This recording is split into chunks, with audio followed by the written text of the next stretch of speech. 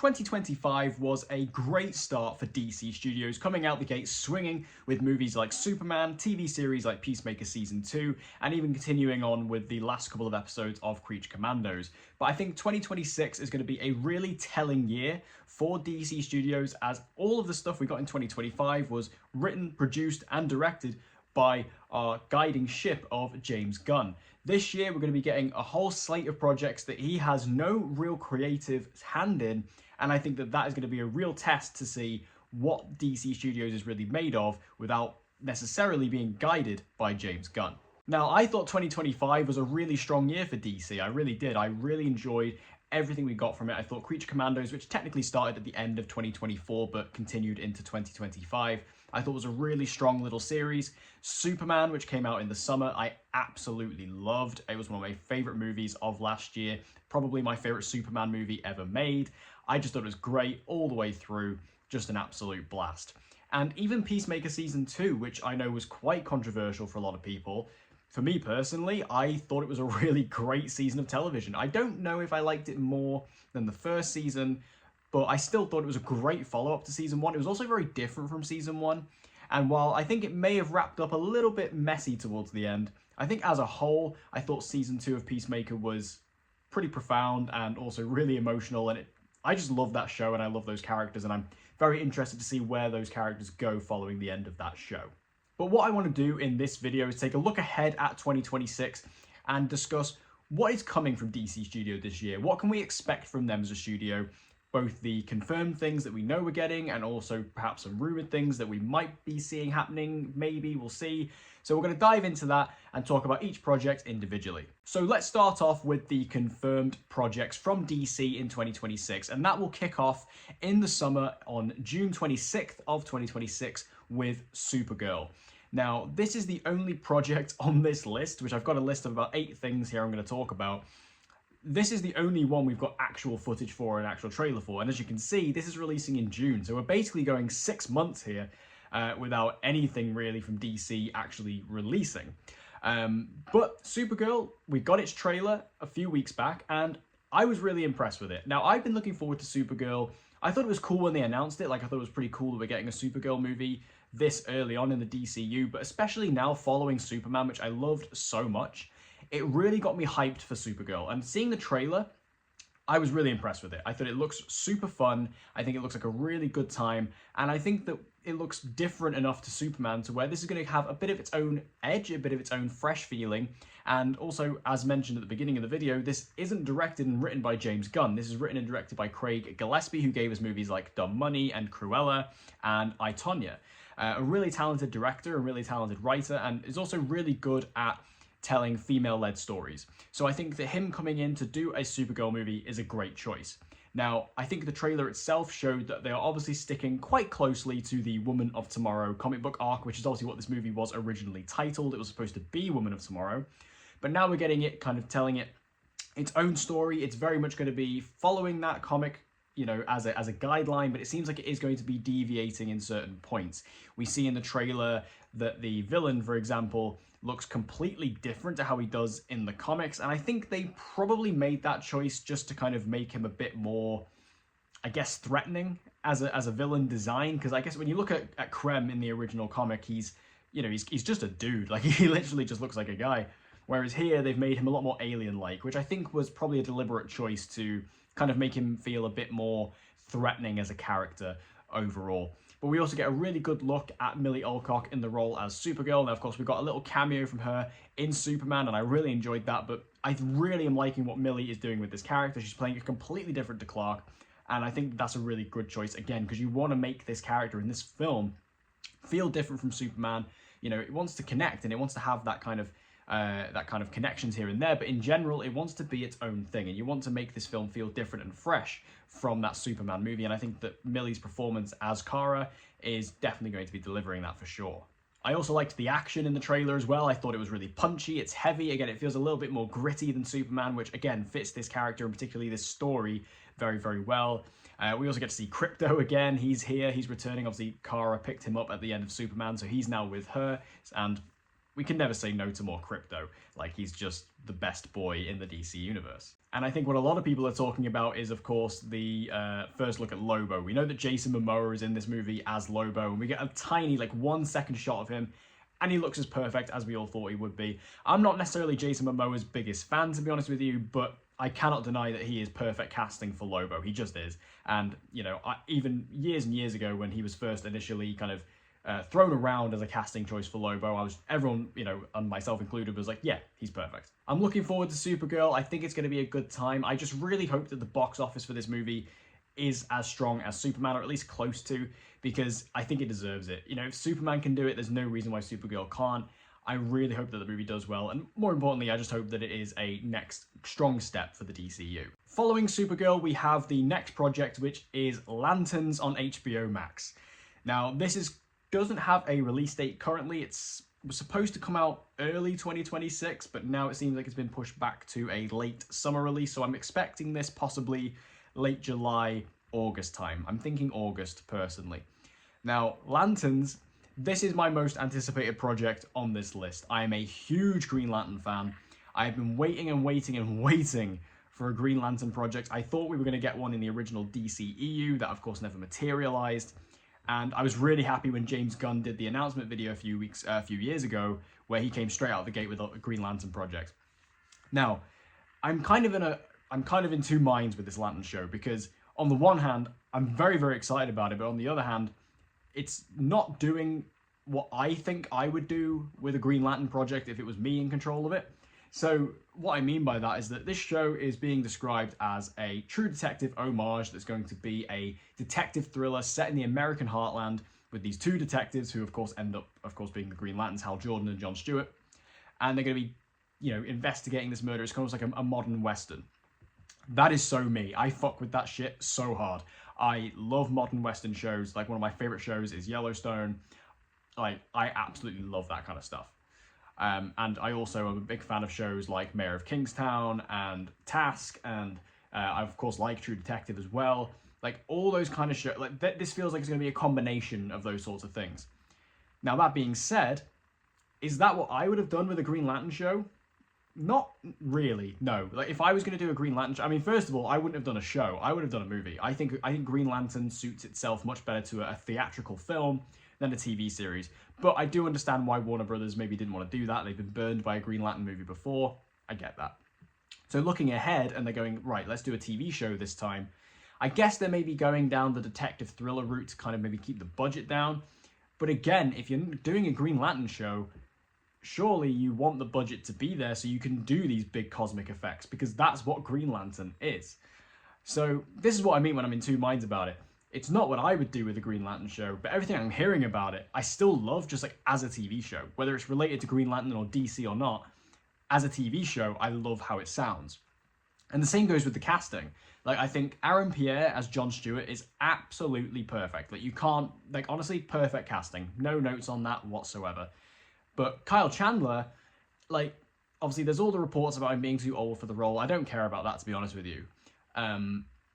Like, again, if I'm looking at it from my two different perspectives, taking Kyle Chandler and making him the kind of older mentor role for Aaron Pierre in this detective thriller show, perfect. I think that's great. And I'm a fan of Kyle Chandler. I think he's a really talented actor. He's great for a show like this.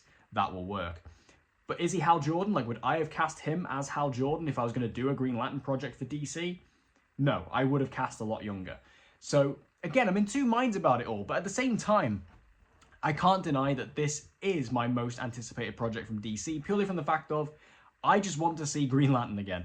I was really happy in Superman that obviously we got Nathan Fillion as Guy Gardner. We got like a little tease of what Green Lanterns are going to be like in this universe, and I was very happy with that. So if this is just going to expand and continue upon that even more, then I'm very much here for that.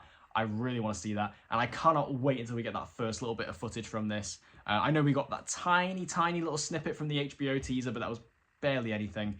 I want to see that full-fledged trailer, which hopefully, if rumours are to be believed, we might see in the next month or two. And make sure you stay tuned to Capes and Critiques, because if that trailer drops in the next couple of months, you can bet there's going to be a video on it. I'll be breaking it down so we can talk about it then. And the final confirmed project for 2026 is Clayface.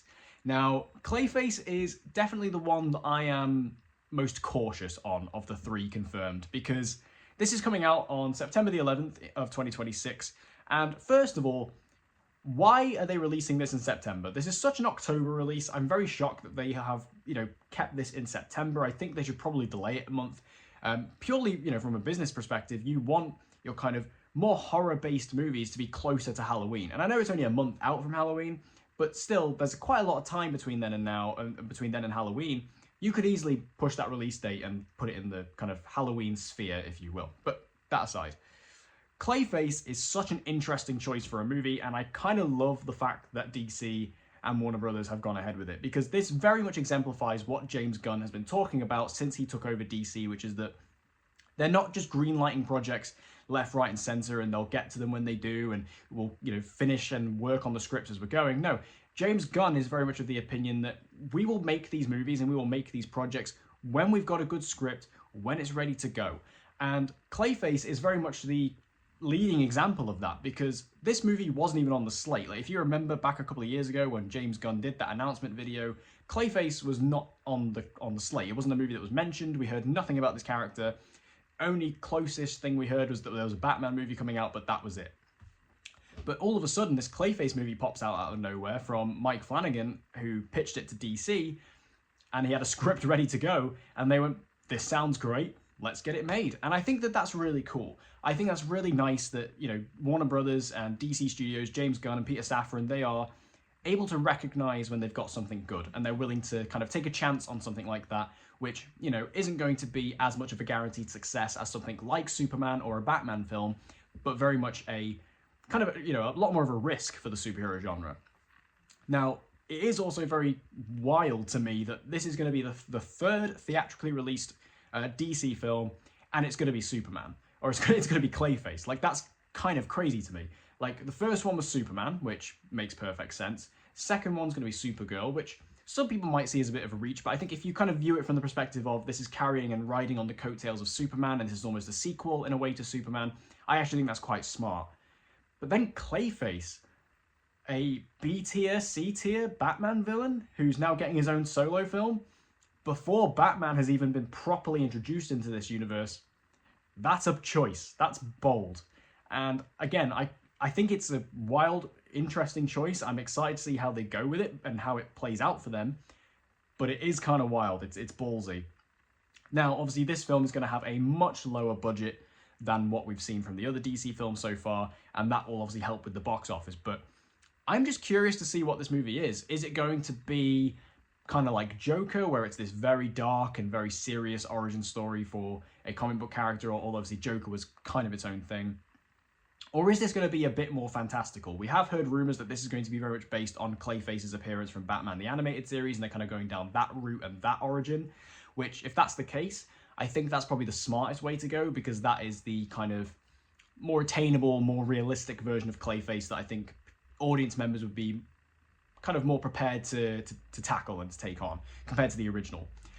But at the same time, I also think that this is just such a swing from DC to go, right, we've not introduced Batman yet, we've not had a Batman movie, but we're going to do a movie on one of Batman's not lesser known villains, but compared to someone like Joker or Riddler or the Penguin, like he's not on the same level as those guys. We're going to do a movie on him.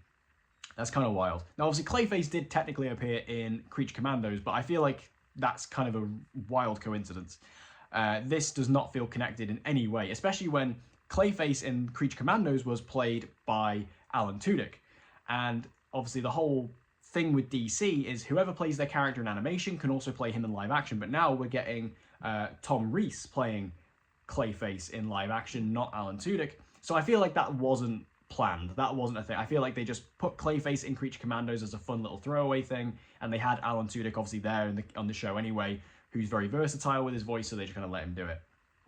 But here with Clayface, this movie, we'll see how it goes. Again, I'm very excited to see a trailer for this, just to kind of see the vibe and the tone, and to see, perhaps a first look at the prosthetics and how they're going to be doing it all. Because this is such an interesting movie, and it could go either way for DC, this one. Now, moving over to the rumoured projects, I'll kind of carry on what I was talking about a second ago. Creature Commandos Season 2. Now, this has been sort of, I think it's been pretty much confirmed at this point that Creature Commandos is going to be getting a second season. And that does shock me because I get the vibe that season 1 of Creature Commandos just didn't do very well. And I feel like if James Gunn wasn't the head of DC, this probably wouldn't have gotten a second season. But we're going to be getting it. And this is potentially coming out towards the end of 2026. We don't know that for sure. It might potentially be 2027 at this point.